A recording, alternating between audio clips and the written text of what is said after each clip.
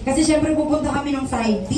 Syempre pag pupunta ka doon, kailangan mo ng pamasahe. At the same time, yung mga bata, gusto din naman namin na may bit-bit kaming food para sa kanila. Kasi normally yung iba doon, kagigising lang. Kasi sila po ay katuwang ng ating livelihood program or ng ating gawin sa Citronella Farm. Sila po yung mga, yun po yung naglilinis doon, mga nagtatabas ng kawayan, nagdadamo. So sila po yung mga tinutulungan, sila po yung mga ginagamit ng Lord para tulungan po ang ating livelihood program. So nangangamba kami ni Andy kasi unang-una, ang laman lang po sa likod ng phone ko ay 50 pesos.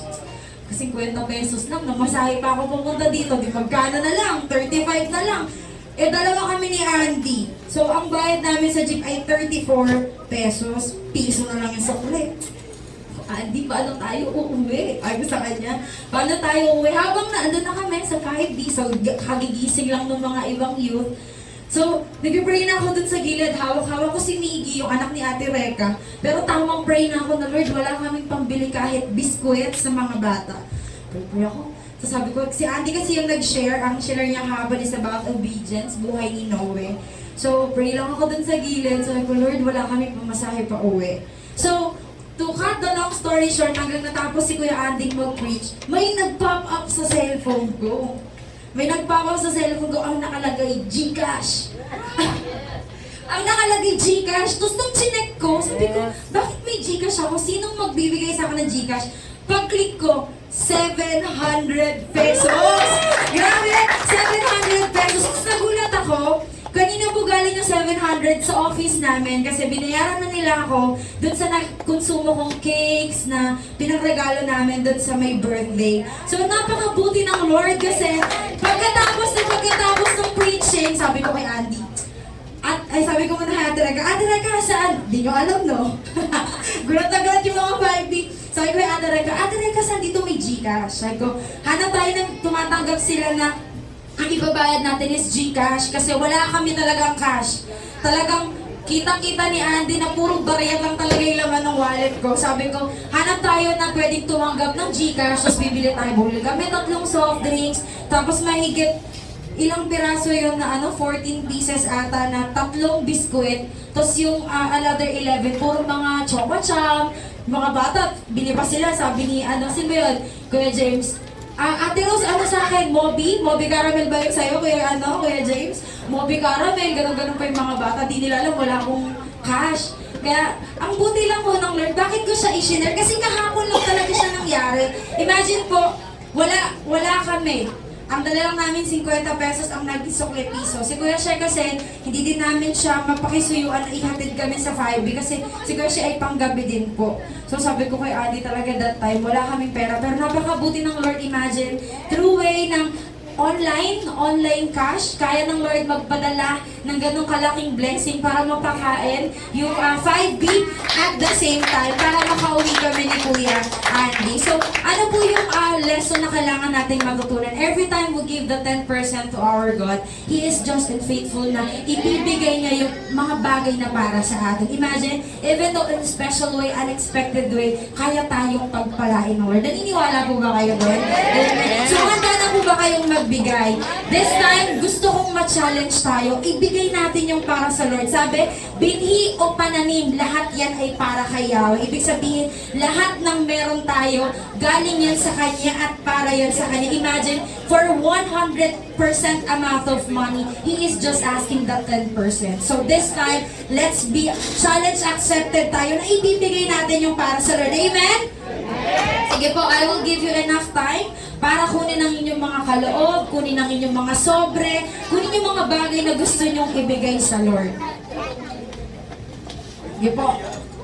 Ayan. So kung handa na, I want to ask everyone na i-raise po natin sa ating Panginoon ang ating mga kaloob. Sige po, tayong lahat ay manalangin.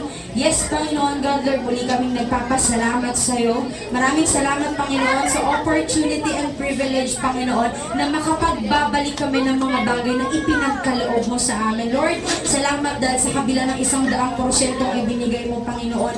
10% lang nito ang hinihingi mong maibalik namin sa iyo, Panginoon God. But Lord, as we pray, Panginoon, ay pagkakaloob namin tong 10%.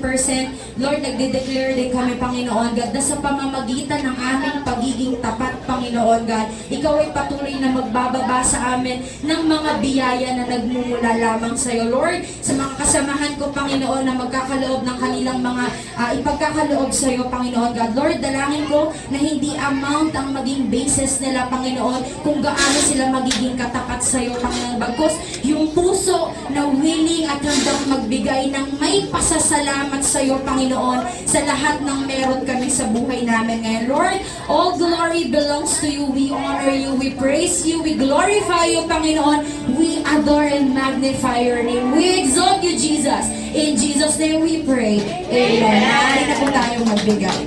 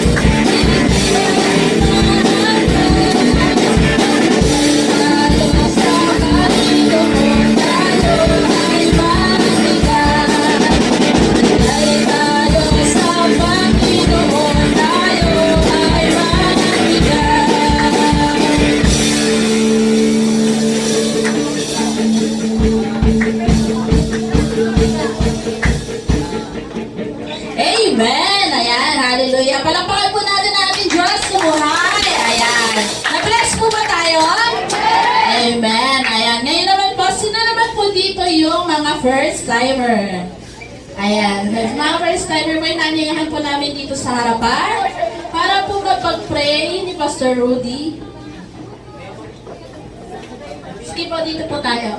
Huwag po kayong mahiya. First timer, Pastor.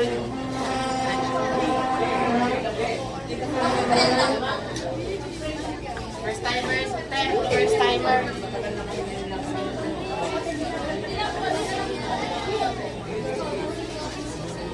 Ayan, tinatawagan ko po si Pastor Rudy para po ipag-pray ang ating mga first timer.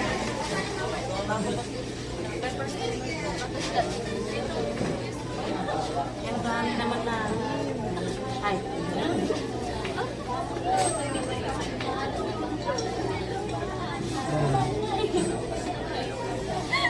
Hallelujah. Napakabuti ng Panginoon, no? Matalaise.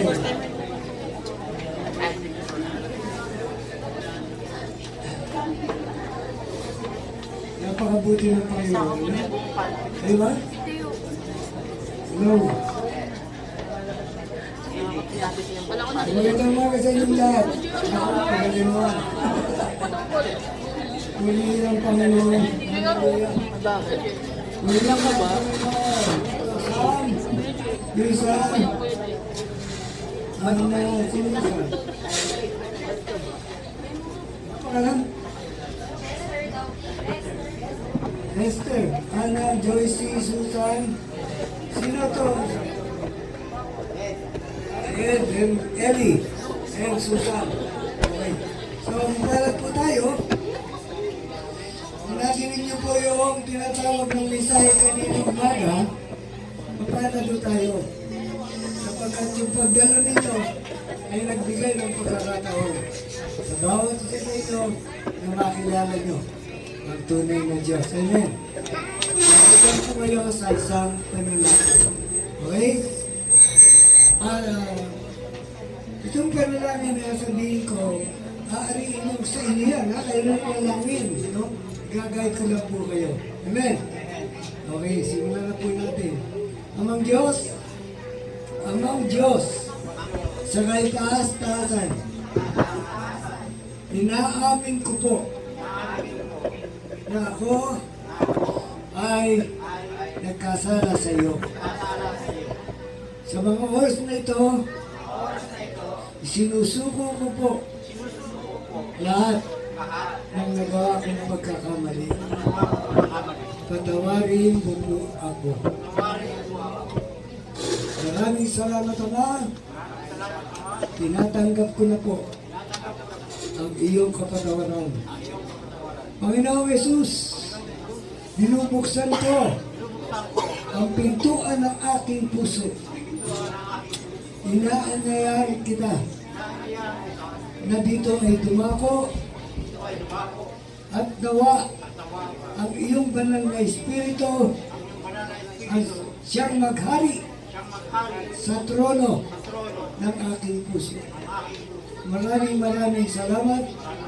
Tinatanggap kita, Panginoong Jesus, bilang aking Diyos at tagapagligtas. Thank you again, Father God. Maraming salamat po muli, Ama. Maraming salamat po muli, Ama. Sa iyo ang kapurihan, kaluwalhatian, at kadakilaan. Sa pangalan ng iyong anak na si Jesus. Now, let us welcome all this. Nawa! Ganda lang. There's a